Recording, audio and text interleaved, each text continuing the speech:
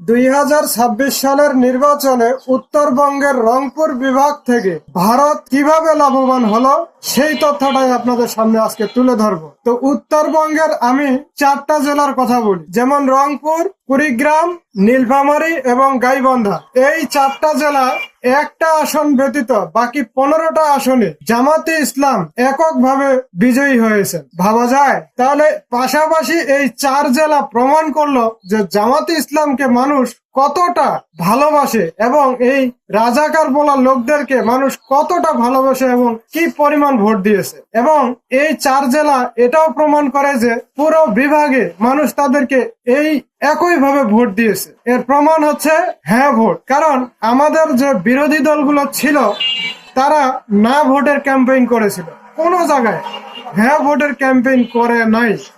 সেই হিসেবে বোঝা যায় যারাই হ্যাঁ ভোটে ভোট দিয়েছে তারাই জামাতে ইসলাম কিংবা এনসিপি কে ভোট দিয়েছে। তো এবার আসি, দিনাজপুর জেলায় কোনোটা আসনেই জামাত ইসলাম পায়নি। এর কারণ কি? এখানে রয়েছে একটা স্থলবন্দর, হিলি স্থলবন্দর। এখান থেকে ভারতের সাথে বাংলাদেশের একটা রমরমা ব্যবসা আছে। 2 নম্বরে আসেন ঠাকুরগাঁও এবং পঞ্চগড়। এই ঠাকুরগাঁয়ে চিকেন স্নেক শুরু হয়ে পঞ্চগড়ে গিয়ে শেষ হয়েছে। আর পঞ্চগড়ে ছিল সার্জিস আলম।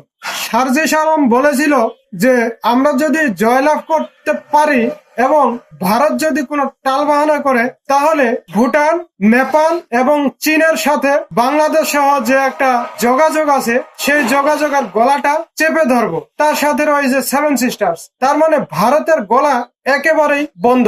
তো সার্জিস ছিল ভারতের জন্য একটা হুমকি। তৃতীয়ত আসেন লালমনিরহাট। শেখ হাসিনা সরকার যখন পতন হলো তখন এই লালমনিরহাটে একটা বিমানবন্দর হওয়ার কথা ছিল, যে বিমানবন্দরটা ছিল একটা গেম চেঞ্জার বাংলাদেশের জন্য। কিন্তু সেই বিমানবন্দরটাকে হুমকি মনে করে সেখানে জামাত ইসলামের কোনো প্রার্থী জিততে পারে নাই। সেখানে বিএনপি থেকে 2টা প্রার্থী জিতেছে, 2টা আসন 2টাতেই জিতেছে। তাহলে ভারত এখানে কিভাবে লাভবান হলো?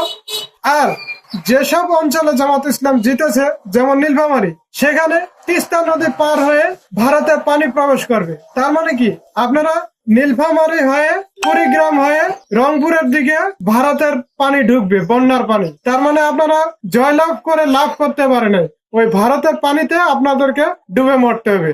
আর বাকি যে জায়গাগুলো সেগুলোতে তারা তাদের স্বার্থের জন্য। ভিডিওটা ভালো লাগলে শেয়ার করে দিবেন।